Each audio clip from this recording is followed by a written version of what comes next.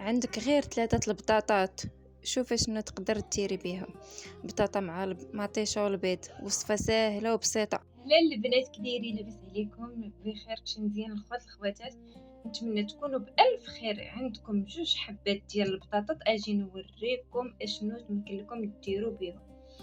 تبعوا معايا الطريقه حتى الاخر وغادي تشوفوا كيفاش النتيجه. وهاد الشهيوه اللي غادي نوريكم اسهل شهيوه تقدري تغداي بها ولا تعشاي بها، كتجي زوينه وسهله. تبعوا معايا الفيديو حتى الاخر وانتم راه غادي تشوفوا.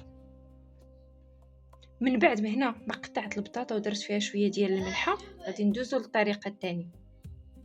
غادي نردها هنا البنات فوق العافيه. شكون غادي نردها؟ غادي تسلق ليا مزيان، ومن بعد غادي نرجع معكم.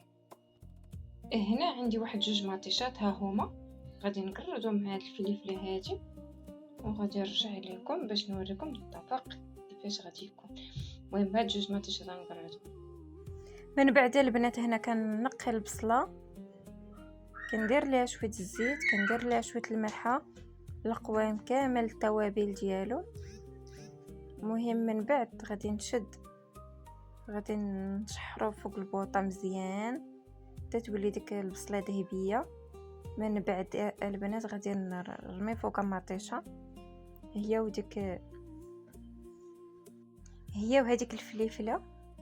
من بعد ما كيتشحروا مزيان غادي نسد عليهم ونعاود نحل عليهم. هنايا غادي نحركهم مزيان بالمعلقه. من بعد غادي نشوفهم اندمجوا مزيان، طابت مطيشه هي وبصله. غادي ندير بطاطا هنايا وغادي نبدا نحرك مزيان.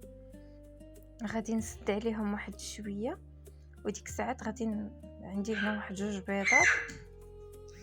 هنا عندي 2 بيضات غادي نبدا نديرو فوق بطاطا ومطيشه مزيان.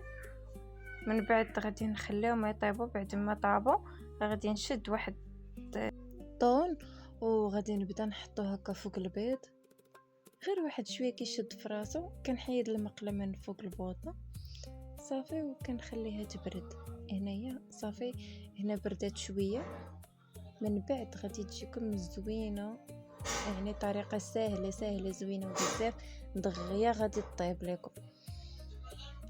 لا بالنسبه للعشاء ولا للغدا، يعني مقيله هكا سهله وزوينه. وقولوا لي كيفاش جاتكم في التعاليق. ما تنساوش تخليوا لي واحد لايك، شي كومونتير زوين، واشتراك في القناه. وبصحه راحه.